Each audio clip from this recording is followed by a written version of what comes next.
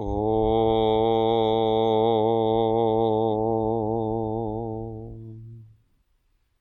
नमो अरिहन्ताणं नमो सिद्धाणं नमो आयर्याणं नमो उवज्जायाणं नमो लोये सव्वसाहुणम् एषो पञ्चनमोक्कारो सव्वपावपणासनो मङ्गलाणं च सव्येसिं पडमं हवै मङ्गलम् ॐ नमो अरिहन्ताणम्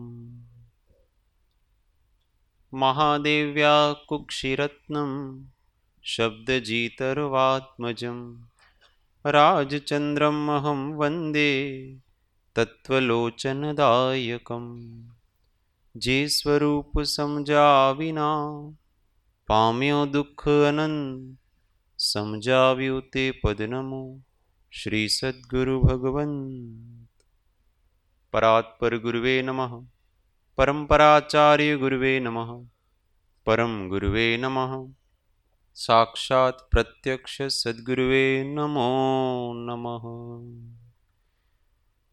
અનંત અનંત ભાવ ભેદથી ભરેલી ભલી અનંત અનંત નય નિક્ષેપે વ્યાખ્યાની છે સકલ જગત હિત કારિણી હારિણી મોહ તારિણી ભવાબ્ધિ મોક્ષ ચારિણી પ્રમાણી છે ઉપમા આપ્યાની જેને તમારા ખવીતે વ્યર્થ આપવાથી નિજ માં પાઈ મેં માની છે અહો રાજ ચંદ્ર બાળ ખ્યાલ નથી પામતાય જીનેશ્વર તણી વાણી જાણી તેણે જાણી છે ગુરુરાજ તણી વાણી જાણી તેણે જાણી છે ઓ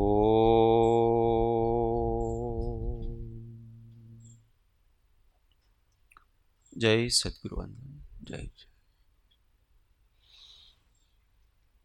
તત્વચર્ચામાં પરમ તત્વજ્ઞ શ્રીમદ રાજચંદ્ર વિરચિત શ્રી આત્મસિદ્ધિ શાસ્ત્ર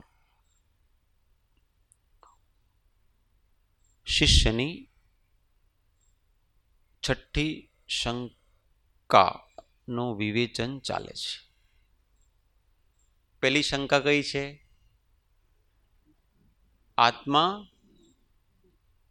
નથી એટલે કે આત્માના હોવાપણાની શંકા છે કે નહીં બીજી શંકા આત્મા નિત્ય નથી ત્રીજી શંકા આત્મા કર્મનો કરતા નથી ચોથી આત્મા કર્મનો ભોગતા નથી અને પાંચમી મોક્ષ નથી આટલું બધું થઈ ગયું હવે કહે છે કે ભલે મોક્ષ હોય તમે કીધું આત્મા છે તો મેં માન્યું પછી આત્મા નિત્ય છે એ પણ સમજમાં આવે છે ને હા અને આત્મા કરતા છે એ પણ સમજમાં આવે છે અને આત્મા ભોગતા છે એ પણ સમજમાં આવે છે અને મોક્ષ થઈ શકે છે એ પણ તર્ક દ્વારા ન્યાય દ્વારા યુક્તિ દ્વારા અનુભવ દ્વારા સમજમાં અને આગમ પ્રમાણ દ્વારા સમજમાં આવે છે પણ પછી કહે છે કે મોક્ષનો કોઈ ઉપાય મને હસ્તગત થતો નથી એના ઉપર પહેલી દલીલ શું કરી મોક્ષનો ઉપાય નથી નહીં કે અવિરોધ કોઈ ઉપાય નથી. ઘણા બધા છે પણ બધામાં પરસ્પર વિરોધ આવે છે. એટલે એક કોઈ એવો ઉપાય નથી જણાતો મને કે એનાથી થશે જ. બીજી દલીલ શું કરી કે કર્મો અનંત કાળના છે, તો હવે થોડાક કાળમાં કેવી રીતે એને છેદી શકાશે? એટલે કે અનંત કાળના કર્મો છે એટલે મોક્ષ થવા માટે અનંત કાળ જોઈશે.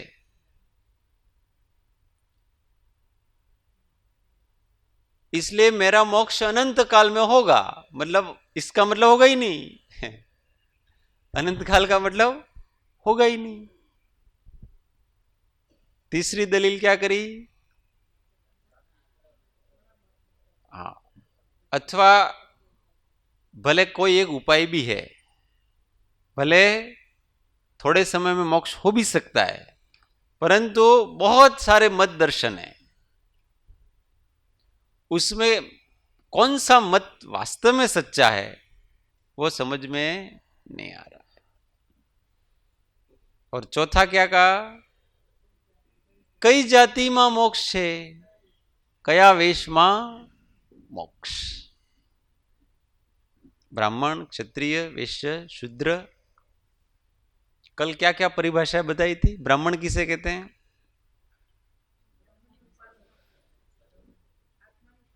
जो ब्रह्म अर्थात आत्मा की उपासना में संलग्न है उसका नाम ब्राह्मण है. क्षत्रिय कौन है?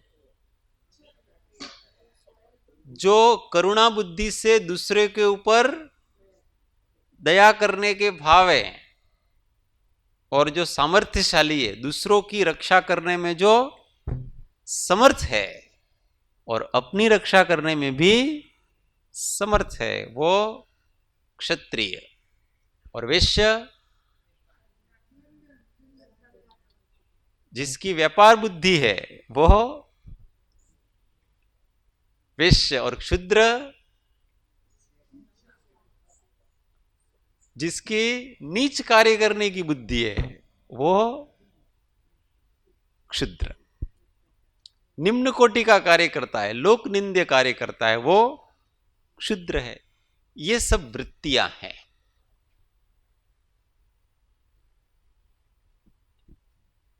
ज्ञान पवित्रता है, वो ब्राह्मणत्व का लक्षण है. तेज, सात्विक तेज, वो क्षत्रियत्व का लक्षण है. तीक्ष्ण दिमाग, ये वैश्य का लक्षण है. दिमाग वाले होते हैं बहुत, बनिए. बुद्धि,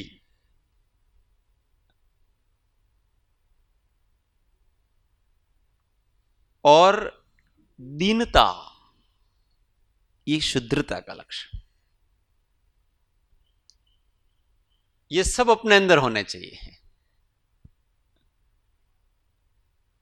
ब्राह्मणत्व मतलब पवित्रता, तेज, बुद्धि और दीनता, विनय. इसलिए जब दीनता कब प्रकट होती है पता है? हम कब शुद्र बन जाते हैं कि जब साधक की अपेक्षा से सब बात चल रही है, जब अपने अंदर क्रोधादि, कामादि, लोभादि, मानादि जो विकार हैं, उन विकारों को जब हम जीतने निकलते हैं, परंतु जब हम उनको नहीं जीत पाते हैं, हम उनके आगे एकदम वीर्य विहीन हो जाते हैं, कायर हो जाते हैं, नपुंसक जैसे हो जाते हैं, वो हमारे ऊपर बहुत ऊपर चढ़ जाते हैं, हावी हो जाते हैं, तो हम असमर्थ हो जाते हैं और क्रोधादि विकार रूप हो जाते हैं. उस समय हम दीन बन करके किसके पास आते हैं? भगवान के पास आते हैं. तो इस समय हम भगवान के पास क्या बन गए? क्षुद्र बन गए. क्षुद्र का लक्षण क्या है? सेवा करना, बस काम करना. मैं आपका नौकर हूं, मैं आपका दास हूं, मेरे अंदर ऐसी शक्ति नहीं है कि मैं अपने आप जीत सकता हूं इन क्रोधादि शत्रुओं को. इसलिए आप कृपा करना, ये सेवक भाव, ये शुद्रता कहलाती है। इसलिए साधक में शुद्रता भी होनी चाहिए, ये गलत वस्तु नहीं है, परंतु हमेशा शुद्र बन के ही नहीं रहना। फिर भगवान उपदेश देते हैं और फिर क्षात्र वृत्ति जगाते हैं, अरे तू भी मेरे जैसा है, ऐसे क्या हाथ जोड़ता फिरता है सबको, जरा तू अपने ब्रह्म स्वरूप का स्मरण कर। ऐसा करके उसके अंदर तेज भरते हैं, शक्ति भरते हैं, सामर्थ्य भरते हैं। तू अपनी रक्षा खुद कर सकता है, दूसरों के आगे गिड़गिड़ाता है। अपने आत्मा को याद कर, अपने स्वभाव का आश्रय ले। उसको क्षत्रिय बना देते भगवान, और वो क्षत्रिय फिर यूं हाथ जोड़ रहा था, अब यूं हो गया।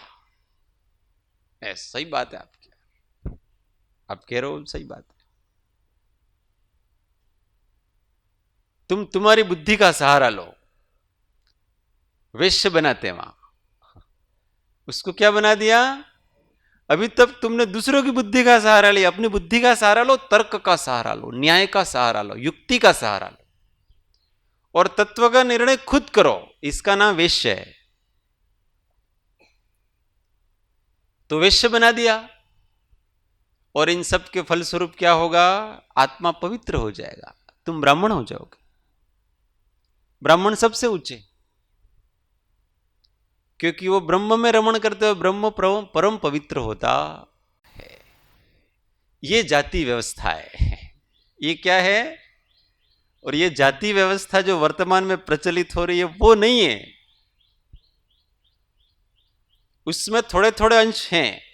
हम ब्राह्मणों को श्रेष्ठ क्यों मानते हैं? क्योंकि वो पवित्र हैं। हो तो, नहीं है तो नहीं मानते ना। क्षत्रिय को श्रेष्ठ क्यों मानते हैं? अगर वो दूसरों की रक्षा करने के भाव हो तो क्षत्रिय है। अब नहीं है, अपना ही पेट भरने वाले, तो काहे का क्षत्रिय हो? और जिसके अंदर बुद्धि नहीं है वो काहे का वैश्य?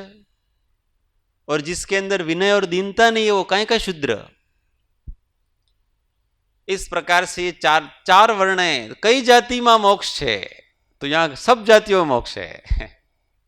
इसमें से कोई भी हो तो मोक्ष होगा, सब लाना पड़ेगा। कया वेश में मोक्ष है? कौन से वेश में मोक्ष है? तो किसी वेश में मोक्ष नहीं है। एनो निश्चय ना बने, घना भेद ए दोष, इसका निश्चय हमको बनता नहीं। अब आगे कहते हैं, कंक्लूजन निकालते हैं, इतना तर्क देखे। 95 તેથી એમ જણાય છે, મળે ન મોક્ષ ઉપાય, જીવાદી જાણ્યા તણો શો ઉપકાર જ થાય, જીવાદી જાણ્યા તણો શો ઉપકાર જ થાય। તેથી એમ જણાય છે, મળે ન મોક્ષ ઉપાય। इसलिए हम ऐसा जानते हैं, आगे सब हमने कह दिया, और हमने ऐसा निर्णय निकाला कि मळे न मोक्ष उपाय, मोक्ष का उपाय नहीं मिलता है। जीवादि जाण्या तणो शो उपकार ज थाय, तो फिर इन जीवादि तत्वों को जानने का क्या उपकार होगा? इसलिए हमको तो जानना भी नहीं। आत्मा है वो भी नहीं जानना है, आत्मा नित्य है वो जानने का भी कोई अर्थ नहीं रहा। आत्मा करता है ऐसा बहुत प्रकार से आपने बताया, पर वो भी उसका भी कोई मतलब नहीं। आप आत्मा के भोक्तापना बताया अलग अलग दृष्टांतों से, उसका भी कोई मतलब नहीं। और मोक्ष है ऐसा श्रद्धान किया, ऐसा जाना, उसका भी कोई मतलब नहीं। क्योंकि कोई वस्तु है पर प्राप्त नहीं हो सकती है, तो वो उसके होने का क्या अर्थ है? होगा दुनिया के लिए जिसको प्राप्त होती हो, हमको तो प्राप्त नहीं होगी। तो किसी के घर के सामने हवेली हो ना, और कोई उसको प्रशंसा करे, आप देखो आपके घर के सामने बहुत अच्छी हवेली, तो मेरे क्या काम की? जो मुझे नहीं मिलने वाला है कबा, वो मेरे क्या काम का? इसलिए ये कहते हैं कि भाई मोक्ष का उपाय तो मुझे मिल नहीं रहा है, तो फिर मोक्ष होने का अर्थ क्या?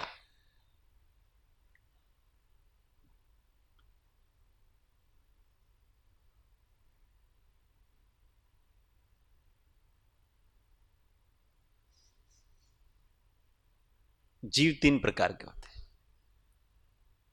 एक भव्य, अभव्य और दुराति दुर्भव्य। उसको दूसरा नाम है अभव्य संभव्य। दुराति दूर में थोड़ा शब्द ऐसा है कि छल ग्रहण होता है कि इनका मोक्ष होगा, ऐसा मोक्ष होने वाला नहीं उनका। अभव्य संभव्य,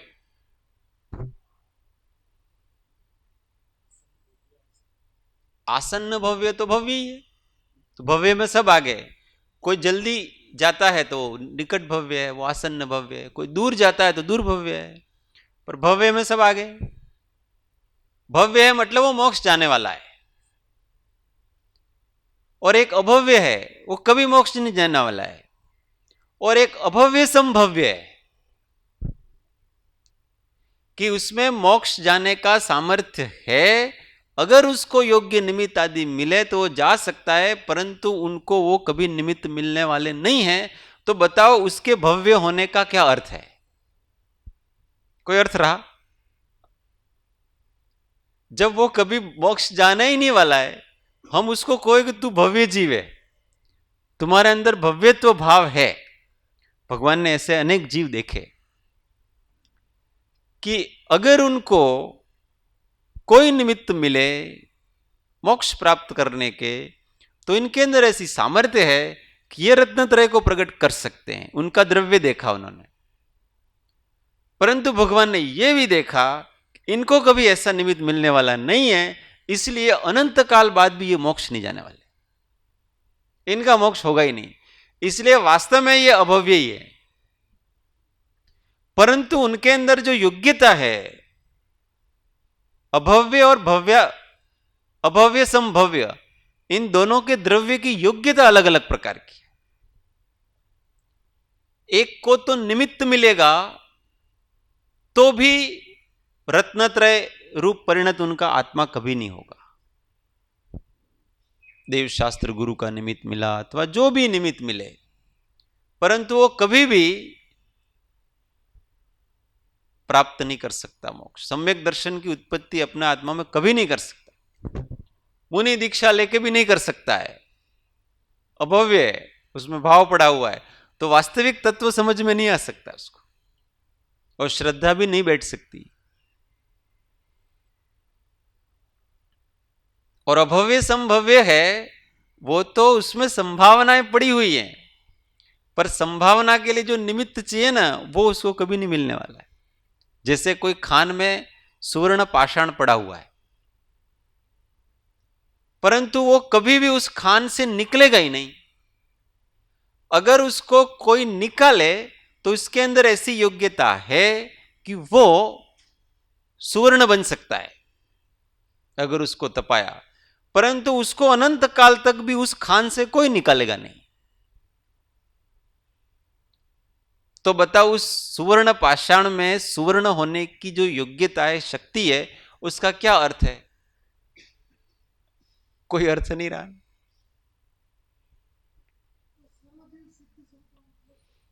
सर्वजीव छे वो तो शक्ति अपेक्षा सब जीव है, अभव्य भी। शुद्ध निश्चय नहीं की दृष्टि से अगर परमार से देखो तो जो अभव्य जीव है वो भी सिद्ध है द्रव्य दृष्टि से। क्यों सिद्ध है? क्योंकि सबका स्वभाव तो एक जैसा है ना, स्वभाव का नाम सिद्धत्व है। शक्ति अपेक्षा से स्वभाव लेना है। सभी ज्ञान दर्शन स्वभावी चैतन्य स्वभावी है, सिद्ध भी चैतन्य स्वभावी है, तो सिद्ध और उसमें क्या अंतर? पर पर्याय में सिद्धपना प्रकट किसको होगा? भव्य जीव को ही होगा, अभव्य को नहीं होगा, और अभव्य संभव्य को नहीं। यहां ये कह रहे हैं कि मैंने इतने उपाय मोक्ष है ऐसा जान लिया, पर मेरा इसका क्या लाभ? क्योंकि वो तो मेरे हृदय प्रदेश में कभी प्रकट होने वाला नहीं है, तो कोई लाभ नहीं भाई उसको जानने का। इसलिए हमने तो ऐसा निर्णय किया है कि खाओ पियो मौज करो, ये मोक्ष ने, संसार ने, बंधन ने, मुक्ति ने, इस झंझटों में नहीं पड़ना। हम पहले अच्छे से जी रहे थे, आपने आकर के हमारी दुनिया में आग लगाई। अच्छे ही तो जी रहे थे हम, अच्छे संसार में खुश थे। खुश थे मतलब दुखी थे, दुख में ही सुख मान रहे थे। हमको तो पता ही नहीं था कि इस दुख के अलावा कोई सुखी संसार है। संसार मतलब कोई अविनाशी सुख है, ऐसा हमको पता ही नहीं था, इसलिए हमने इसको स्वीकार कर लिया था। कभी कभी जेल को स्वीकार कर लेता है ना व्यक्ति, स्वीकार कर लिया।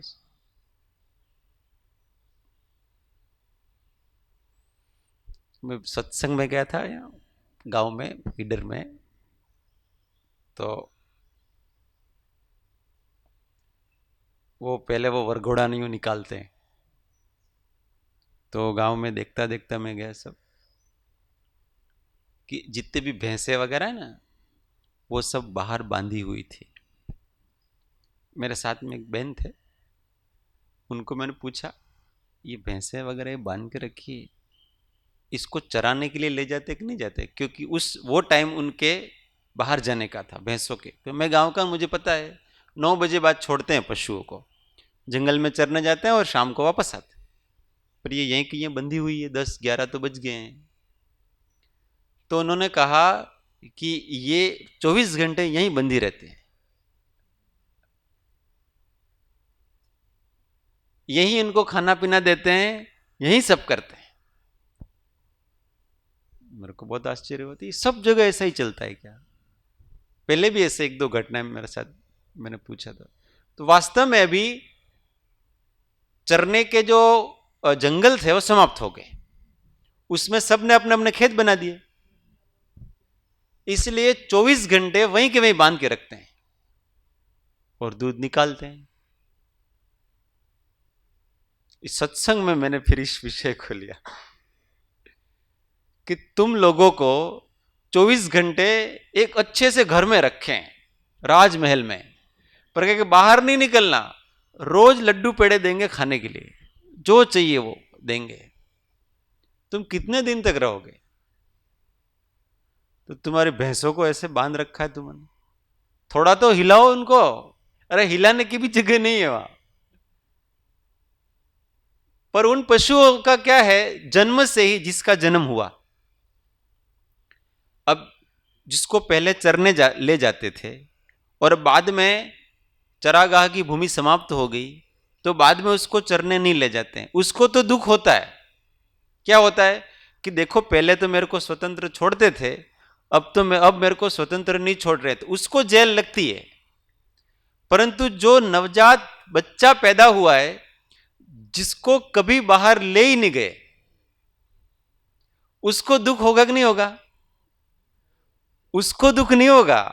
क्यों नहीं होगा? क्योंकि उसने तो बाहर की भूमि देखी नहीं है ना, कि बाहर कोई ऐसी सुख वाला और स्वतंत्रता है, ऐसा देखा ही नहीं है। देखा नहीं है, इसलिए वो उसकी मां को जो दुख हो रहा है ना, वो उसके बच्चे को नहीं हो रहा है। वो बड़ा हो जाएगा तब तक नहीं होगा उसको। क्यों नहीं होगा पता है? उस जेल को स्वीकार कर लिया है। कारण कि जेल से बाहर कोई दुनिया है वो उसको पता नहीं है।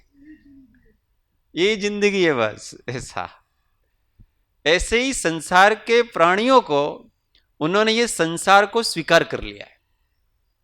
इस संसार के पार कोई अतीन्द्रिय आनंद है, सुख है, ऐसा उनको पता ही नहीं। अब कोई महात्मा मिल जाए और उनको बताए तुम कहां कीचड़ में पड़े हुए हो भाई, ये तुम्हारा पद नहीं है, तुम्हारा पद तो अलग प्रकार का है। तो थोड़ी देर विचारते हैं और फिर बता, दूर से बताते, देखो वो जो बच्चा है तो उसको दूर से बताते, वहां खुली जगह है,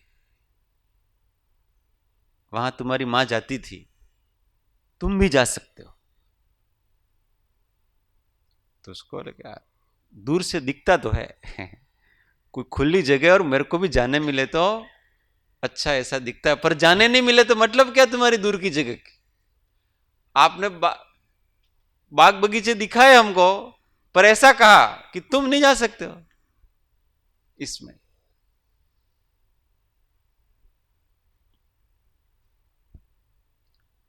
ऐसा इस जीव का है कि उसने स्वीकार कर लिया है कि बस यही जीवन है, यही जिंदगी है और हम इसके आगे नहीं बढ़ सकते हैं। ये संसार का सुख है, वो ही वास्तविक सुख है। कभी सुख कभी दुख, उसको स्वीकार कर लिया है। और जिसने ये स्वीकार कर लिया उसका कभी मोक्ष नहीं होगा। ये जो अभव्य जीव होते हैं ना, उनके क्या लक्षण होते हैं? तो जो बहुत क्रोध करते हैं, बहुत मान करते हैं, बहुत मायाचारी करते हैं, वो क्या अभव्य है? ऐसा नहीं है। अभव्य का लक्षण ऐसा नहीं है। अभव्य का एक ही लक्षण है कि संसार का दुख है वो उसको दुख नहीं लगता है, फील ही नहीं होता उसको कष्ट आता है तो कष्ट लगता है, परंतु थोड़ा सा भी उसको पुण्य का उदय आ जाता है तो वापस उसको संसार में भी सुख है।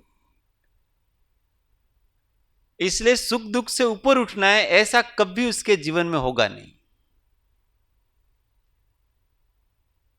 अथवा तो इन शुभ और अशुभ भावों से रहित कोई एक वीतराग भाव है जो शुद्ध है। इस साक्षी भाव का श्रद्धान उसको कभी नहीं होता है। यह अभव्य का लक्षण है। बड़ा बड़ा संयम पाल करके भी साक्षी भाव का श्रद्धान नहीं होता है। बाकी सबका होगा। पवित्रता आती है जितनी जितनी तो उतना उतना खुश होता है व्यक्ति, अच्छा लगता है, तृष्णाएं आशाएं घटती हैं, पवित्र भाव होता है। परंतु पवित्रता और अपवित्रता दोनों के आगे जो वस्तु है उसका श्रद्धान होना, जिसका मिथ्यात्व अत्यंत मंद पड़ गया है उसी को होगा, अथवा चला गया उसको होगा, उसके अतिरिक्त और किसी को होगा नहीं। वो मन की दुनिया से बाहर उठ नहीं पाता है, मन में ही चलता रहता है। कभी मन को अच्छा लगता है तो वो उसमें घूमता है, कभी मन को बुरा लगता है तो उसमें अच्छे बुरे में ही वो अटकता है। इसलिए कहते हैं कि इन सबको जानने का कोई अर्थ नहीं है, क्योंकि उसका कोई उपाय नहीं। आगे और कहते हैं, अगर आप उपाय बता, उन्होंने कहा 100 उपकार स्थाय, फिर भी अगर आप इसका भी कोई उपाय बता सकते हो तो 96 पे थे। पांचे उत्तर थी थयो समाधान सर्वांग, समझू मोक्ष उपाय तो उदय उदय सद्भाग, समझू मोक्ष उपाय तो उदय उदय सद्भाग। पांचे उत्तर थी थयु समाधान सर्वांग। पांचों उत्तर से हुआ क्या? हुआ समाधान सर्वांग। सब प्रकार से हमने देखा तो ऐसा महसूस हुआ कि आत्मा नाम की कोई वस्तु है। सब प्रकार से हमने विचार किया तो हमको लगा कि वो आत्मा शाश्वत है। सब प्रकार से नयों से हमने देखा तो लगा कि किसी दृष्टि से आत्मा करता है, किसी दृष्टि से आत्मा भोगता है। और फिर इन सब से हमने निर्णय निकाला कि इस आत्मा का मोक्ष भी हो सकता है, इसमें अब हमको कोई शंका नहीं। समाधान सर्वांग, सब अंगों से हुआ। अब कह रहे समझू मोक्ष उपाय तो उदय उदय सद्भाग। अब मैं अगर मोक्ष का उपाय समझ लूं तो मेरे सद्भाग्य का उदय है। कौन सा सद्भाग्य? उदय उदय, बहुत उदय में उदय, तीव्रता। ये सद्भाग्य, महत भाग्य और महत महत भाग्य। तो ये महत महत भाग्य है। अगर मैं इस उपाय को समझ लो।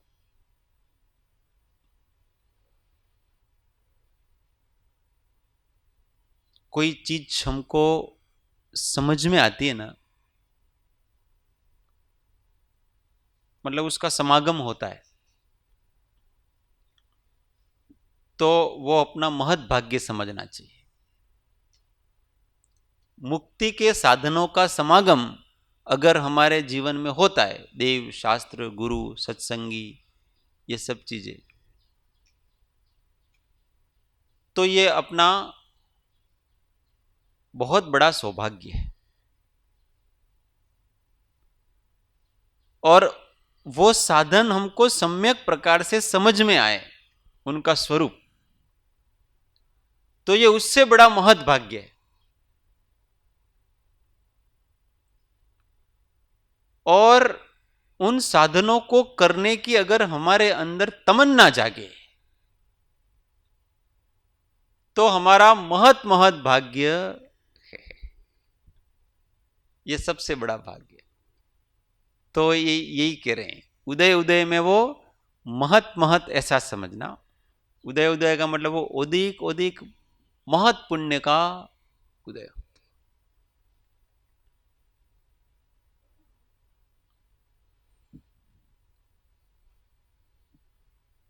वास्तव में तो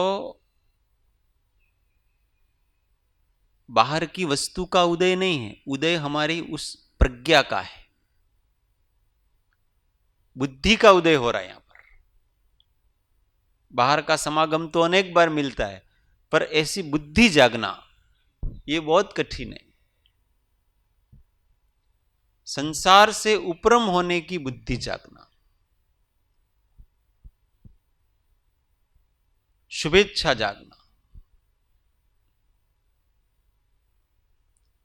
कल जब चर्चा का समाप्त की थी, और समाप्त किस पर की थी पता है? कल इसकी चर्चा करेंगे, किसकी? हाँ, पर किसी की जिज्ञासा नहीं दिखी, किसी ने उसको याद नहीं किया। मैंने सोचा था मैं उसको पहले वो लूंगा, पर मैंने सोचा पहले सबकी परीक्षा ली जाए इसकी। इसका अर्थ हमारा पूर्वापर अनुसंधान नहीं रहता है। और जब हम पूर्वापर अनुसंधान नहीं रहता है, इसका अर्थ यह है कि हम केवल उपस्थिति के लिए आते हैं। कि कोई यूं नहीं कह दे कि તમે સ્વાધ્યાયમાં નથી આવતા, केवल हम उसके लिए आते हैं बस। नहीं तो वो सीरियल चलता है ना, याद रहता कि नहीं रहता है? सस्पेंस पे ला करके छोड़ा था, अब वो 2 दिन बाद अथवा सप्ताह बाद भी आएगा ना, वो तो देखने के लिए तत्परता। और अगर 2 मिनट भी लेट हो गए तो 5 मिनट पहले आके बैठते हैं कि वो अभी सस्पेंस था, वो क्या था। पर इधर सस्पेंस होता है तो वो भूल जाते हैं। क्यों? पूर्वापर अनुसंधान नहीं, अनुसंधान। प्रॉब्लम हमारी ये है कि हमने इतनी जगह तार जोड़ रखे हैं कि हम कहां कहां अनुसंधान रखें। प्रॉब्लम ये है कि हम दिन में इतने प्रवचन सुनते हैं, इतने प्रवचन सुनते हैं, और सबके साथ का अनुसंधान रखें। हम तो 5-7 सुनते होंगे रोज टीवी। अभी यहां से जाएंगे टीवी चलाएंगे, वहां भी कुछ प्रवचन आएगा, फिर कहीं और कुछ होगा, फिर और कुछ होगा। किस किस के साथ अनुसंधान करते रहेंगे हम? इसलिए हम तो केवल क्या है, सुन लेते हैं, अच्छा लगता है, हमारा टाइम थोड़ा पास हो जाता है, टाइम पास आइटम, ये सारी चीज। इसलिए जब बहुत सी जगह तार जुड़े हुए होते हैं हमारे, तो किसी एक जगह एकाग्रता भी नहीं आती है, समर्पण भी नहीं आता, और गंभीरता भी नहीं आती। ये तीनों चीजें नहीं आएगी, न एकाग्रता आएगी, न समर्पण आएगा, न गांभीर्य आएगा। ये तीनों सब बधाने राजी करवाना है। हम दूसरों को राजी करेंगे। भाई यहां कौन किसको राजी करता है? किसी को राजी नहीं होना, और कोई किसी को राजी कर भी नहीं सकता है। यहां पर मैं ये नहीं कहता हूं मत सुनो या सब सुनो, परंतु तार जोड़ के रखो। जितनी जगह हम जो भी सुनते हैं दिन में, तो अगले दिन जब वो चालू होगा तो उसके तार जुड़े हुए होने चाहिए अपने। कल हमने ये सुना था, अब इसके आगे का ये, तो वो तार जुड़े होंगे तो दिन भर हमारे बैकअप माइंड में चलेगा ये चीजें कि कल इस विषय पे चर्चा हुई थी, अब उससे आगे चर्चा भी चलेगी। और इसका उपाय ये है कि हम अगर भूल जाए ना, तो पेन डायरी लेके आना, और फिर आते समय के भी स्वाध्याय होगा ना, भी कल ये चर्चा हुई थी, हो सकता है याद रखने का प्रयत्न करते पर याद नहीं रहता, पर एंडिंग यहां हुई थी, तो उसके आगे अपने को आगे बात बढ़ानी।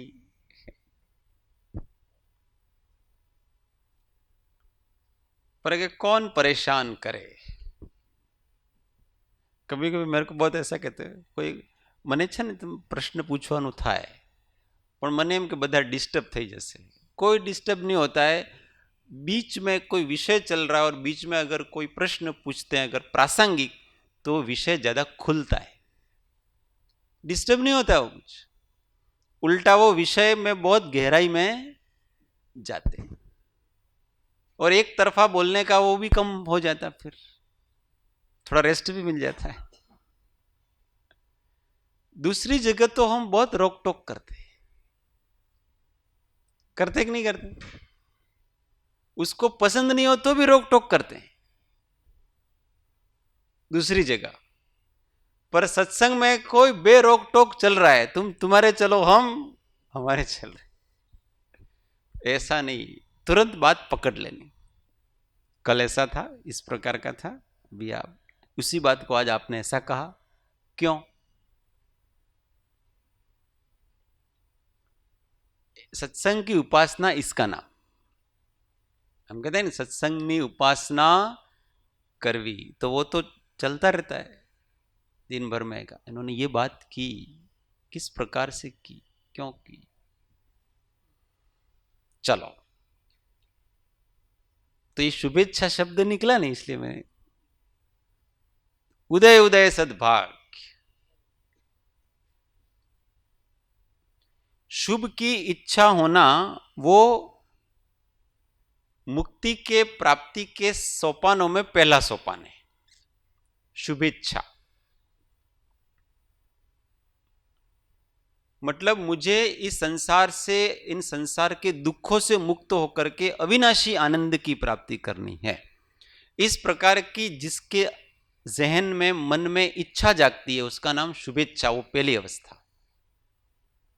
दूसरी सुविचारणा, विचार दशा, विवेक और वैराग्य से संपन्न होकर के कल्याण क्या है, अकल्याण क्या है, हे उपादेय, इसका विचार करना, वो सुविचार दशा है। फिर तीसरी है तनु मानसा, तनु का मतलब यहां होता है अल्प, मानसा का मतलब होता है मन अथवा बुद्धि, जिसका मन अथवा बुद्धि सूक्ष्म हो गए हैं, क्योंकि विवेक और वैराग्य पूर्वक विचार से संसार की वासनाएं क्षीण होने लगती है। जिसकी संसार की वासना क्षीण होने लगती है तो बुद्धि सूक्ष्म हो जाती है, मन वासना से रहित होने लगता है, इसको तनु मानसा कहते हैं। जिसकी बुद्धि सूक्ष्म हो चुकी है और वो पकड़ सकती है अच्छी तरह से, इसलिए वो आत्मार्थीपना है, वो ये ज्ञानी यज्ञ सबको पकड़ लेगा, दृष्टि उसकी इतनी सम्यक हो गई है, तनु मानसा कहते हैं। चौथी सत्वापत्ति, सत्वापत्ति का नाम होता है कि सत्य का श्रद्धान हो जाना, सत्य का अनुभूति हो जाना, इसका नाम सत्वापत्ति कहलाता है। और पांचवी असंसक्तता। असंसक्तता का मतलब अब यहां संयम आ गया, असंगता, निर्लेपता। असंसक्तता का मतलब होता, संसक्त का मतलब लेप, लेपायमान होना। असंसक्तता निर्लेपना। अब जैसे ही ब्रह्म का साक्षात्कार हुआ, ईश्वर का साक्षात्कार हुआ, आत्मज्ञान हुआ, सम्यक दर्शन हुआ, कोई भी हुआ, अब वो व्यक्ति संग छोड़ रहा है, धीमे धीमे निर्लेप होकर के जी रहा है। ये पांचवी असंसक्तता अथवा असंसक्ति, जो भी है, याद रखना। और छठी पदार्थ भाविनी। उस असंगता के कारण अब क्या है कि निरंतर चिंतन मनन निधिध्यासन करने के लिए ये प्रतिबंध हैं, वो कारण रूप हो रहे थे। अब उसके जगत के प्रतिबंध हट गए, निवृत्ति में आ गया, तो अब निरंतर जिसको बोध रहा करता है, बोध का चिंतन रहा करता है, समाधि,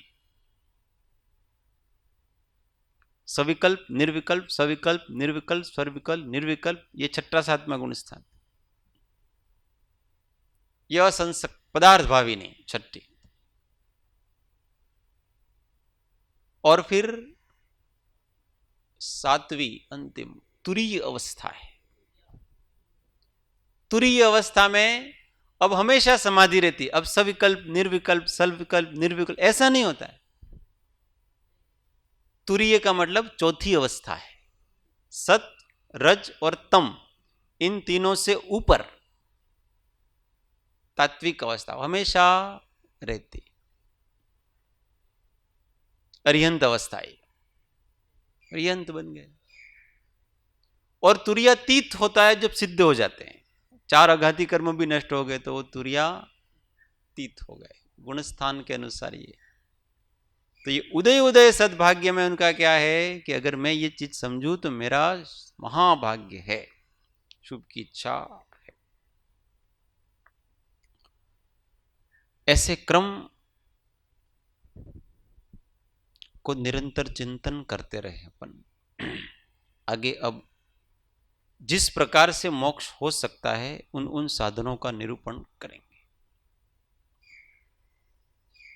कोई ने प्रश्न हो तो पूछ सके, समाप्त करें। सात को फिर से बोले। पहली शुभेच्छा, दूसरी सुविचारणा, तीसरी तनुमानसा, चौथी सत्वापत्ति, पांचवी असंसक्तता, छठी पदार्थ भाविनी और सातवीं तुरीय। तुरीय, ठीक, याद रहेंगे, कल याद करके ला। इसके भाव याद रखना, ये नाम याद नहीं रहता, शास्त्रीय नाम कभी कभी याद नहीं रहता, भाव याद रखना कि शुभेच्छा का मतलब ये होता है मात्र मोक्ष अभिलाष, ये शुभेच्छा। फिर सुविचारणा, उसमें विवेक जुड़ जाता है, उसके साथ तत्व विचार चलता है, तो सुविचारणा। तनुमानसा, संसार की आलोकनी अल्पपण सुखेच्छा, वो जब नहीं रहती है बुद्धि उसकी पवित्र सूक्ष्म हो जाती है, तनुमानसा। और उससे क्या होगा, आत्मज्ञान की उपलब्धि हो जाती है, ब्रह्म स्वरूप का साक्षात्कार हो जाता है, तो वो सत्वापत्ति। और इसके बाद संयम के प्रति स्फुरायमान होता है वीर्य, तो वो असंसक्तता। और इसके बाद निरंतर संयम के भाव बने रहते हैं तो पदार्थ भावी नहीं। और फिर वीतराग हो जाता है तो फिर वो तुरीय अवस्था हो जाती। ये जितने भी ये नाम है वो तो ये अकॉर्डिंग टू जैन दर्शन नहीं है, ये वेदांत के अनुसार ये चार सात अवस्थाएं हैं, परंतु किसी के भी अनुसार हो, पर उनके भाव यही है। वहां भी इसी प्रकार की अवस्था है, इसी दशा का वर्णन है, अन्य प्रकार से दशाओं का वर्णन नहीं। तुरीय अवस्था, चौथी अवस्था है। वास्तव में तुरीय शब्द होता है ना, वो चौथाई भाग के लिए शब्द में आता है। अर्ध ऊन, ऊन होता है मतलब थोड़ा कम,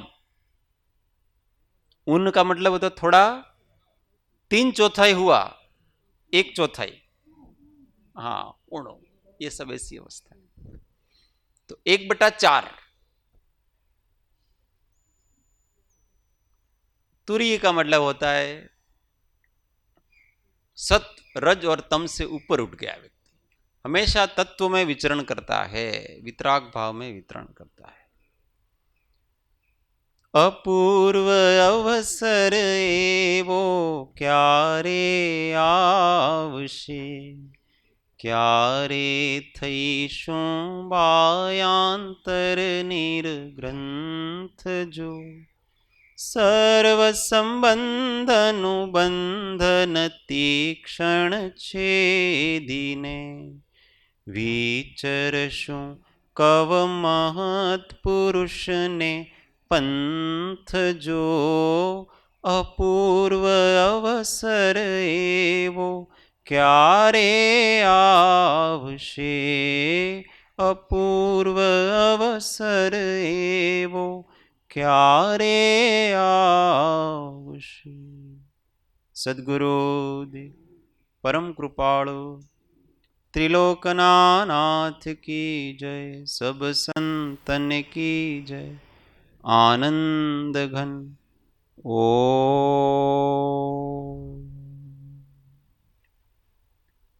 સૂત્ર સૌ સાથે, હું આત્મા છું, આપનો સેવક છું, સૌનો મિત્ર છું। હું આત્મા છું, આપનો સેવક છું, સૌનો મિત્ર છું।